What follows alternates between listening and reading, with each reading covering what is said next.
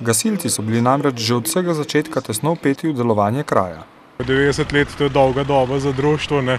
Mislim, da se Muljava kot kraj ne more predstavljati brez gasilcev, ker je že razvidno, da dela na Muljavi Jurčičeva so prav gasilci začeli uprizarjati. V našem koncu je več ali manj so intervencije, kakšen gozdni požar ali pa mogoče kakšen požar senika oziroma požar kakšnega samovžig ali pa so podobne stvari. Pa moram povedati, da hvala Bogu nimamo veliko požarov oziroma nimamo veliko intervencij.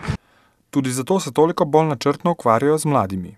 Vozimo jih na razne gasilske kvize, gasilske orientacije in pa skratka ukvarjamo se z njimi in smo družabni. Želja članov pa je, da bi se uredilo vprašanje gasilskega doma. Več kot 30 let smo iskali primerno zemljišče za novi dom. Lansko leto se nam je končno ponudilo, da smo lahko kupili zemljo za novi gasilski dom in imamo konc leta ne bi pridobili gradbeno dovoljenje in pričeli z gradnjo novega doma.